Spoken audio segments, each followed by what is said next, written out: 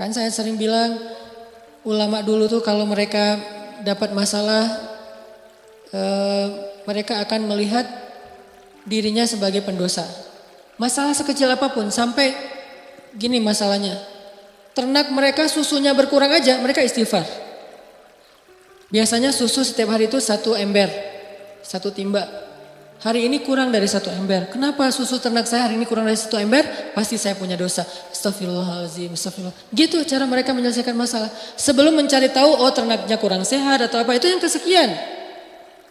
Lagian itu butuh waktu. Kalau dengan Allah kan gak butuh waktu ya, cepat ya. Begitu kita dapat masalah, kan gak butuh waktu untuk mencari tahu apa ya masalah saya dengan Allah. Udah ketahuan langsung tuh. Ibadahnya mulai berkurang, kualitasnya atau kuantitasnya. Atau dosanya nambah, tinggal istighfar dan sholat sunnah. Wasta'inu bis sabri wassalah. Salah satunya dengan sholat. Jadi lebih cepat memperbaiki masalah kita dengan evaluasi hubungan kepada Allah daripada evaluasi teknis dalam masalah itu. Ulama itu kalau misalnya ada kejadian kecil aja, kayak misalnya atap rumahnya bocor, ini pasti karena saya banyak dosa, astagfirullahalazim. Lampu rumahnya mati, astagfirullahalazim. Apalagi telepon putus, astagfirullahalazim belum bayar. Ini istighfar. Pokoknya masalah apa aja, istrinya ngambek, astagfirullahalazim. Masakan nggak enak, astagfirullahalazim. Lupa naruh garam, kan dosa juga ya, dosa kecil. Artinya istighfar, perbaiki hubungan dengan Allah. Ini salah satu hal yang bisa kita evaluasi. Kalau kita lagi punya masalah. Yang kedua apa? Nah setelah masalah kita dengan Allah udah kita evaluasi. Coba evaluasi lagi poin yang kedua tuh hubungan kita dengan orang tua. Karena ini juga sangat berpengaruh teman-teman dalam hidup kita. Terutama dengan ibu. Dan beda ya. Cara kita berinteraksi sama ibu dan cara kita berinteraksi dengan ayah itu beda. Kalau dengan ibu berbuat baik. Kalau dengan ayah minta kebaikan. Apa kebaikannya? Doa. Jadi kalau kita nanya ke Nabi, ya Rasulullah, siapa orang yang paling berhak dapat kebaikan dari saya? Kan ibumu, ayahmu ya. Tapi kalau kita nanya, siapa orang yang paling berhak saya minta doa darinya? Ayahmu, ibumu. Pasti gitu. Karena kata Nabi, doa seorang ayah tidak ditolak. Jadi kalau berbuat baik, ibu dulu. Kalau minta doa, ayah dulu. Jangan-jangan kita pas mau ikut ujian kemarin, lupa nelpon ayah untuk minta doa. Yang ditelepon ibu doang. Ayahnya cemburu. Saya gak penting buat dia. Nilai kita anjlok. Padahal kalau kita dapat kebaikan misalnya, nilainya bagus. Yang pertama dapat berita nilai kita bagus itu siapa? Ibu kita, karena menyenangkan hati ibu dulu, baru ayah. Tapi sebelum ujian yang ditelepon, ayah dulu, baru ibu. Beda cara kita memperlakukan orang tua kita. Insya Allah bab ini kita akan bahas nanti setelah salat isya. Tadi kita membahas tentang gimana cara kita menghadapi satu ujian atau satu masalah. Sekecil apapun masalah itu. Bahkan sampai masalahnya kayak para ulama, atap rumahnya bocor, lampu, kalau dulu kan lampunya lampu minyak gitu ya, minyaknya habis, terus belum sempat beli atau nggak sanggup beli. Masalahnya ternaknya kurus-kurus atau susunya kurang kayak gitu-gitu. Apapun masalah yang dihadapi, hal pertama yang harus dievaluasi adalah hubungannya dengan Allah. Salah satu contohnya tadi di zaman Umar bin Abdul Aziz. Ketika Umar bin Abdul Aziz jadi khalifah, karena Umar bin Abdul Aziz ini selalu menjaga hubungan baik dengan Allah, maka Allah juga memperbaiki hubungan antara serigala dengan domba. Terjadi juga di zaman Umar bin Khattab. Ketika Umar bin Khattab jadi khalifah, terus orang Mesir tuh ngalamin musim kering, sampai gagal panen, air sungai Nil itu udah nggak ngalir lagi ke ladang-ladang gandum mereka. Akhirnya Umar bin Khattab mengirim surat kepada gubernur Mesir. Waktu itu gubernur Mesirnya Amr bin As. Dikirim sama Umar suratnya. Dan isi surat itu adalah doa. Doa dari Umar bin Khattab disuruh bacanya di Mesir. Begitu sampai di Mesir, Amr bin As membacakan doa ini. Isinya adalah Bismillahirrahmanirrahim. Ya Allah, berikanlah air hujan untuk bangsa Mesir, untuk rakyat Mesir. Baru doa itu selesai dibacakan, langsung mendung, langsung turun hujan. Ini keajaiban orang yang dekat hubungannya dengan Allah. Kalau ada masalah, cepat Allah perbaiki. Kenapa kita kalau doa nggak secepat Umar bin Khattab, nggak secepat Umar bin Abdul Aziz dan orang-orang soleh lainnya? Mungkin karena emang jarak kita dengan Allah itu emang sejauh solusi masalah kita. Itu berbanding lurus tuh. Makin dekat kita dengan Allah, makin dekat kita dengan solusi dan pertolongan. Makin jauh ya makin lama. Aku tergantung gimana hambaku tuh. Fadhkuruni adzkurkum washkuruli wala takfurun. In tansurullaha yansurkum. Banyak ayat-ayat kayak gitu timbal balik. Kalau kalian ingat aku ingat kalian. Wa aufu bi ahdi ufi bi ahdikum. Tunaikan janji kalian kepada aku tunaikan janjiku kepada kalian. Apalagi? Tolong agama Allah, Allah akan tolong kalian. Kayak gitu-gitulah. Aku tergantung prasangka hambaku kepadaku dan seterusnya.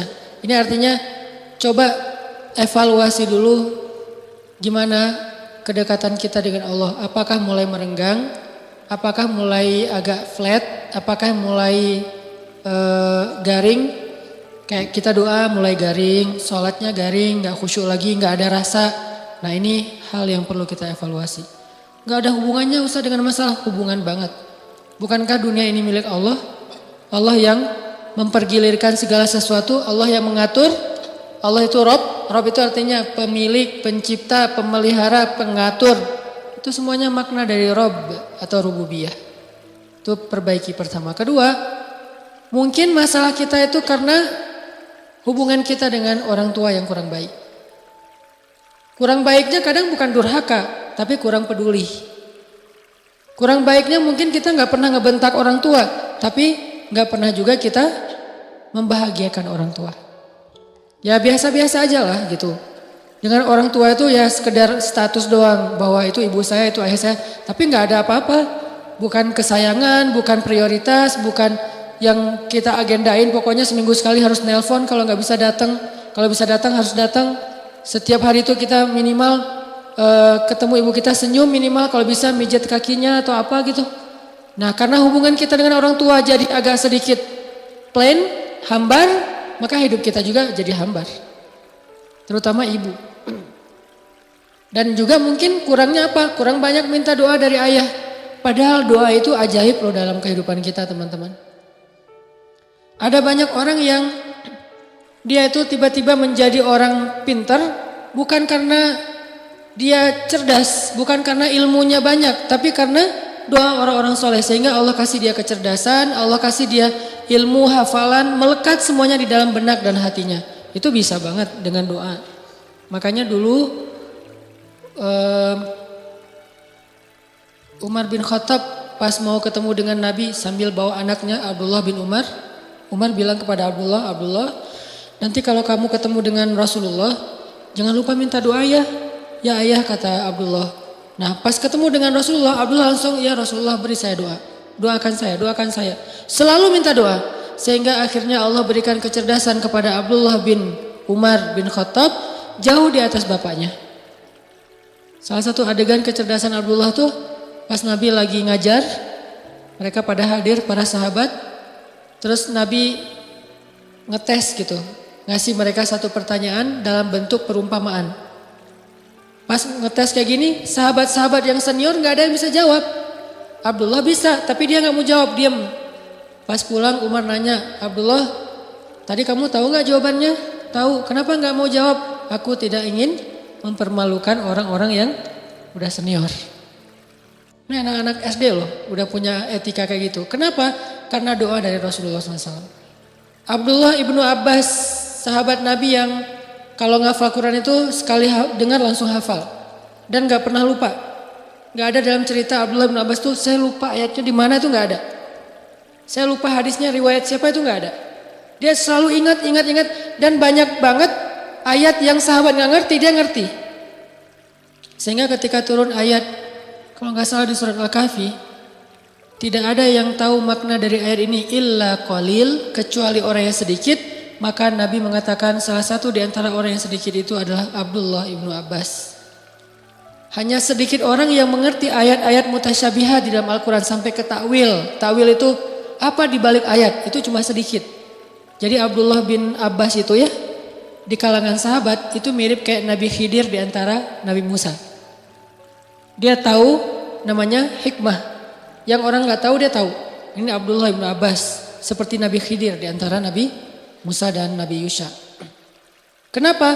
Karena doa Rasulullah SAW ketika dia lagi boncengan sama Nabi, Nabi ngedoain Allahumma faqihu fiddin wa alimhu ta'wil. Ya Allah, fahamkan dia halal dan haram dan ajarkan dia Al-Quran. Jadilah sejak saat itu Abdullah bin Abbas mengatakan, hati saya menjadi sejuk dan tidak pernah lagi lupa dengan apa yang pernah saya dengar. Gak pernah lupa. Doa. Siapa lagi yang didoain dan punya keajaiban dalam hidupnya? Hasan al-Basri. Doanya Umar bin Khattab. Umar ketika bertemu dengan Hasan al-Basri kecil, diusap kepalanya terus didoain, Allahumma faqihu fiddin wa habibhu ilan nas. Ya Allah, jadikan anak ini ngerti agama dan dicintai oleh setiap orang. Sehingga Hasan al-Basri itu terkenal sebagai ulama, gak ada hatersnya.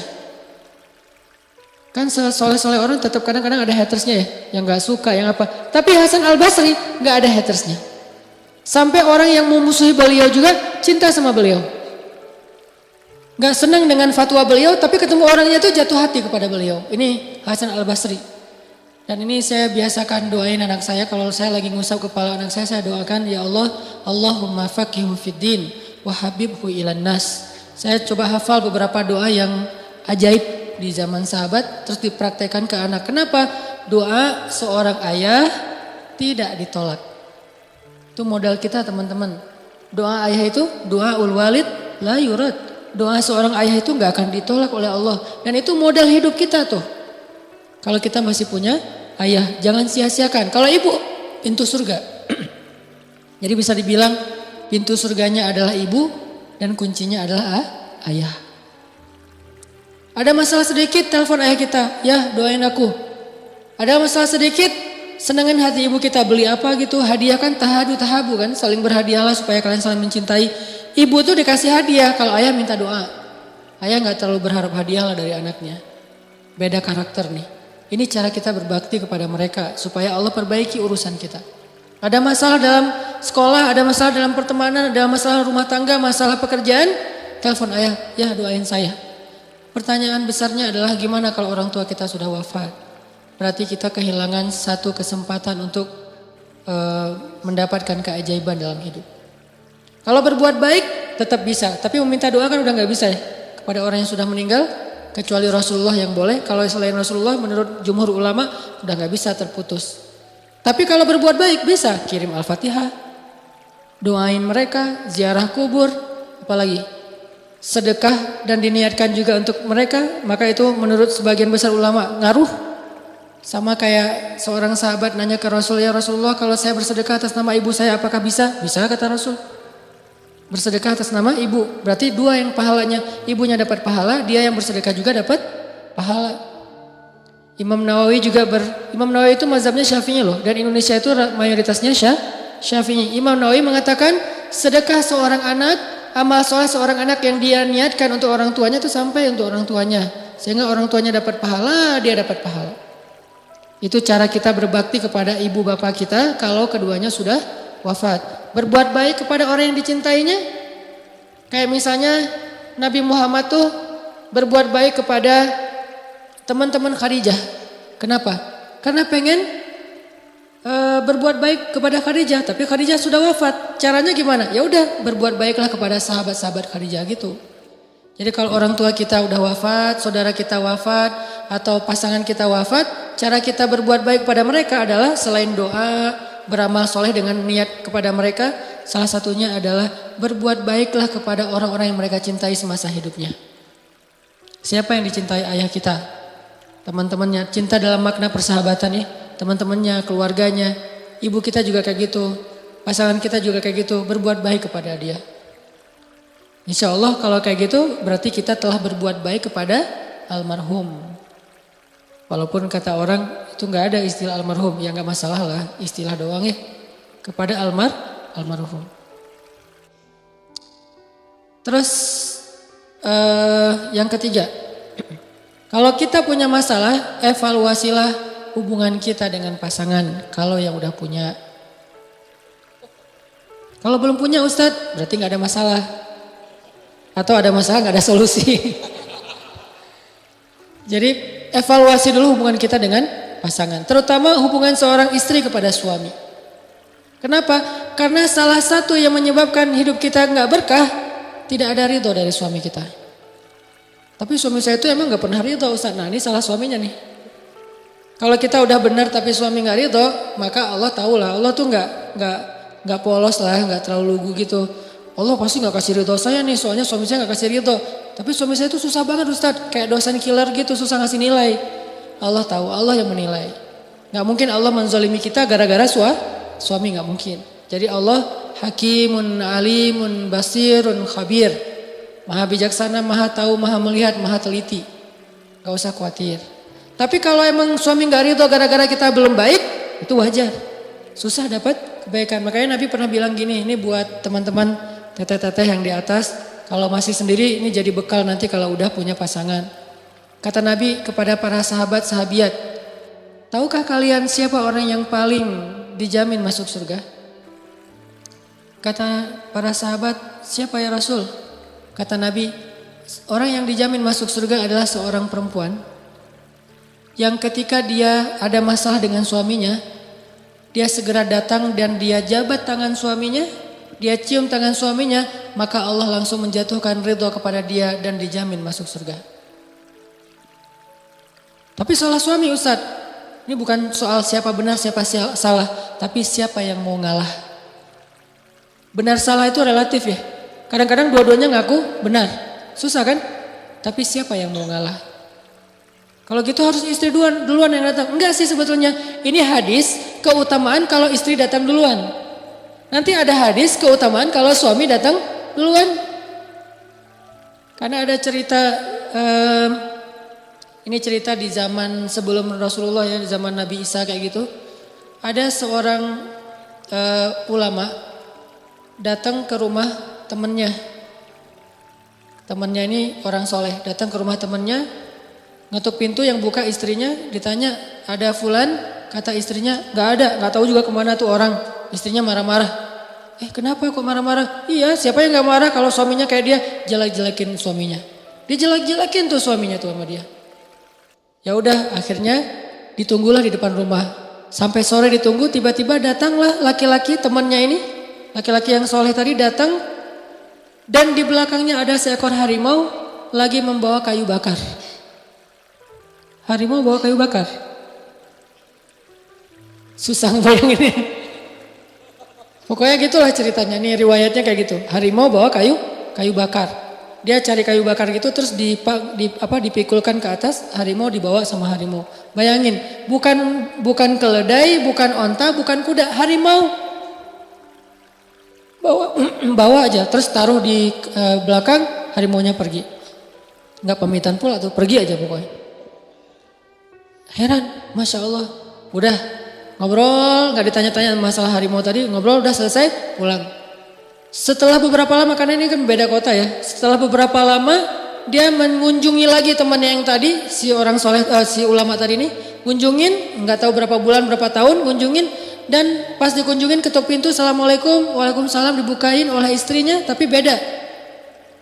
Ditanya butuh siapa, cari siapa, cari Fulan bin Fulan, benarkah ini rumahnya? Oh iya, dia suami saya lagi mencari nafkah, bisa tunggu sebentar di sini? Oh bisa, gimana suami kamu? Disebutin kebaikan-kebaikannya.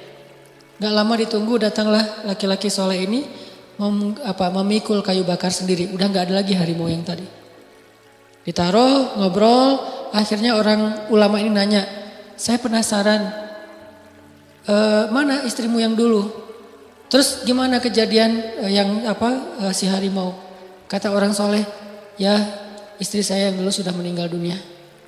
Terus harimau, dulu Allah menguji saya dengan seorang istri yang durhaka, istri yang banyak mengeluh, istri yang menjadi ujian buat saya. Tapi saya bersabar sehingga Allah memberi saya harimau untuk membantu saya dalam pekerjaan. Lalu ketika istri saya meninggal, saya menikah lagi dengan istri yang lebih baik, soleha, dan taat kepada Allah. Dan dia membantu saya, dia memuji saya, dia menghargai saya. Akhirnya Allah tidak mendatangkan lagi harimau itu untuk membantu saya dalam mencari kayu bakar. Pelajarannya di sini apa teman-teman? Kadang Allah memberi kita satu masalah lewat seseorang. Di waktu yang sama Allah mendatangkan orang lain yang luar biasa untuk menolong kita dari cara yang berbeda. Lalu ketika Allah cabut masalah ini, maka Allah cabut juga penolong dalam hidup kita. Biasanya itu satu paket. Fa inna ma'al usri yusra. Itu salah satu maknanya. Begitu Allah kasih kita usri, di waktu yang sama Allah kasih kita yusra. Pasti tuh. Cuman kan kita fokusnya ke usrinya ya, ke kesulitannya, nggak fokus kepada kemudahannya. Setiap kali Allah kasih kita kesulitan, di waktu yang sama Allah lagi menurunkan dari langit yang sama kemudahan untuk kita. Kayak gitu kaidahnya. Lalu ketika kesulitannya dicabut, maka kemudahannya dicabut. Pelajaran yang berhubungan dengan pasangan tadi adalah kadang ketika seorang suami menyadari tentang keutamaan memaafkan istrinya, datang memeluk istrinya, membujuk istrinya, walaupun dia ngerasa bahwa harusnya istri yang datang ke saya, tapi kok saya yang datang ke dia, maka berarti dia melakukan sesuatu yang lebih utama daripada yang harus dia lakukan. Kan dalam Islam itu ada amal yang harus dilakukan, ada amal yang sunnah dilakukan ya. Ada yang wajib, ada yang sunnah. Yang sunnah ini gak harus, tapi pahalanya luar biasa. Atau ada yang harus dilakukan, ada yang gak harus dilakukan tapi dilakukan, maka dia mendapatkan pahala yang luar biasa. Contoh, perempuan kalau mencari nafkah lebih besar pahalanya daripada laki-laki. Dalam kondisi suaminya tidak mencukupi nafkahnya. Pahalanya lebih besar. Seorang suami menjaga anak atau ngepel, nyuci piring, nyuci baju segala macam setelah dia pulang bekerja, pahalanya lebih besar daripada kalau itu dilakukan oleh istrinya. Jadi yang bukan tugas kita kerjain, itu menjadi namanya ihsan.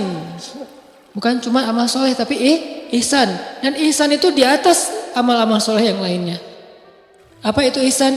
Sesuatu yang tidak perlu kita lakukan, bukan bagian kita tapi kita lakukan. Itu luar biasa pahalanya. Termasuk seorang istri, misalnya tadi mencari nafkah untuk anak-anaknya karena suaminya nih nggak pandai mencari nafkah atau emang nggak bertanggung jawab dalam mencari nafkah, maka ibu ini pahalanya double daripada yang dilakukan oleh suami. Begitu juga suami ketika memaafkan istrinya, membujuk istrinya, membahagiakan istrinya padahal istrinya yang bersalah, maka dia mendapatkan pahala yang lebih besar daripada istrinya datang duluan untuk meminta maaf. Masing-masing diberikan kebaikan. Belum lagi nanti teman-teman ada hadis. Hadis ini gara-gara diriwayatkan tuh gara-gara Hasan Husain pernah ribut. Hasan Husain kan cucu Nabi ya, soleh dua-duanya. Tapi namanya manusia kadang beda pendapat. Ribut nih, sampai putus silaturahim gak ngomong 2 hari apa 3 hari gitu antara Hasan dan Husain. Akhirnya setelah seharian apa 2 hari gak ngomong, Hasan datang kepada Husain bilang, maafin saya kalau saya salah dan saya maafin kamu kalau kamu salah. Udah damai.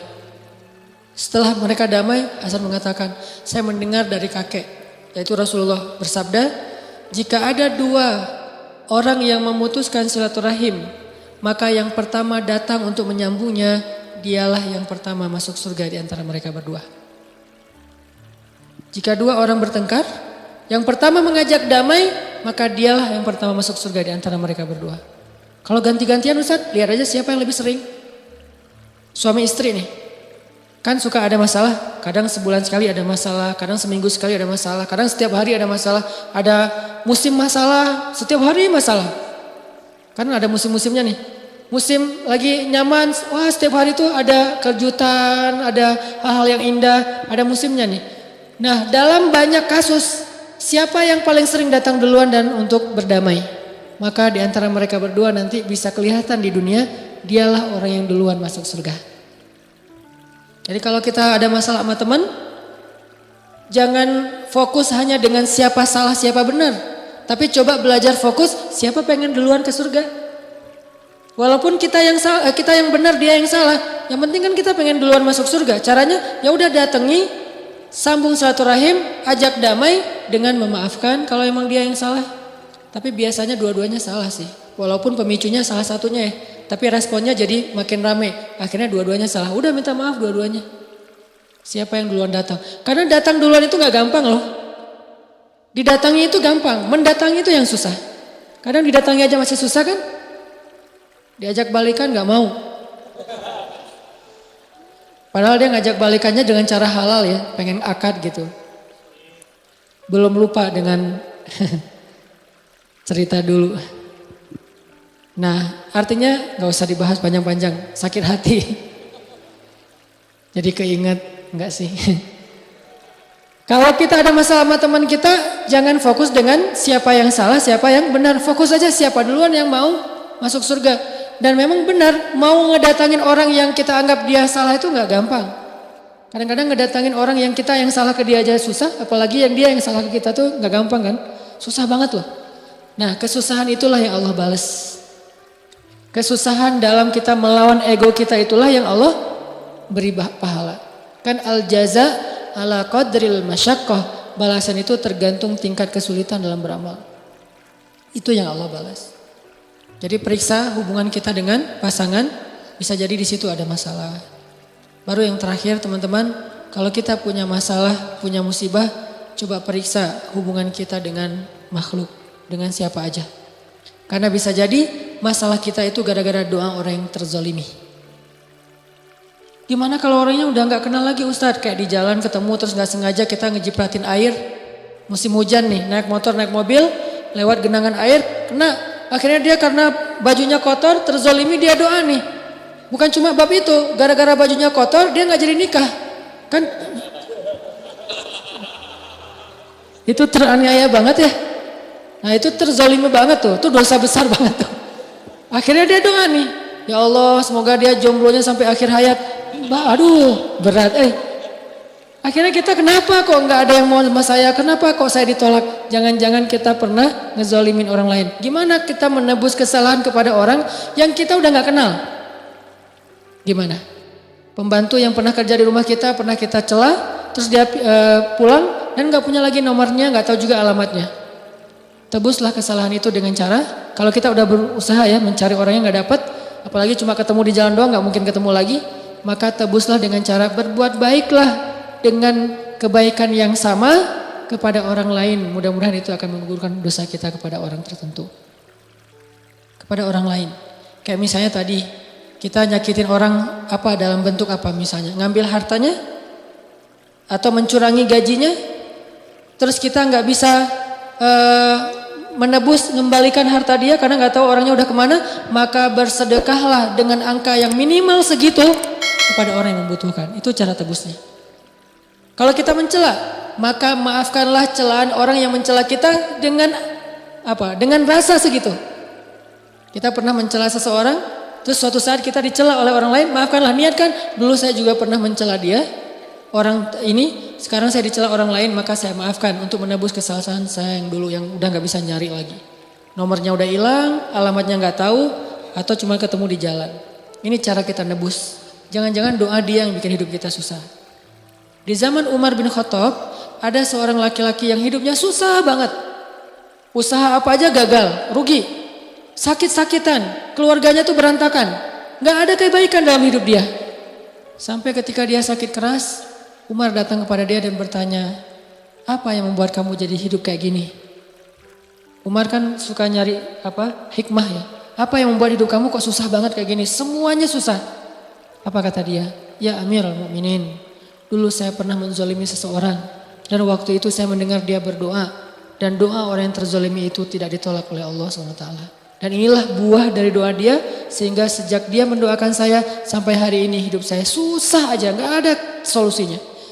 Fisiknya sakit-sakitan terus menerus, kemudian keluarganya berantakan, bisnisnya bangkrut semuanya satu persatu, anaknya ninggalin dia, sakitnya gak pernah sembuh, terus aja kayak gitu. Dan yang paling berat adalah dianya gak dikuatkan hatinya sehingga ngeluh terus. Ada orang yang diberikan ujian tapi dikuatkan hati ya. Ada orang udah dikasih ujian, dilemahkan hatinya, itu sengsara banget tuh. Makanya hati-hati dengan ketidaksengajaan kita, apalagi sengaja. Banyak istighfar, banyak berbuat baik. Tebuslah kesalahan kita dengan sedekah, tebus kesalahan kita dengan memaafkan orang lain, tebus kesalahan kita dengan membantu orang lain. Itu cara-cara kita nebus kesalahan kepada orang yang kita udah gak kenal. Kalau masih kenal, coba berusaha untuk minta maaf dia. Udah minta maaf gak dimaafkan? Nah, serahkan itu kepada Allah. Yang penting kita udah ikhtiar. 4 berarti. Evaluasi hubungan kita dengan Allah. Evaluasi hubungan kita dengan orang tua. Evaluasi hubungan kita dengan pasangan, terutama ke suami. Evaluasi hubungan kita dengan sesama. Walaupun kita gak kenal. Karena pernah ada adegan kecil tapi dampaknya besar dalam hidup kita.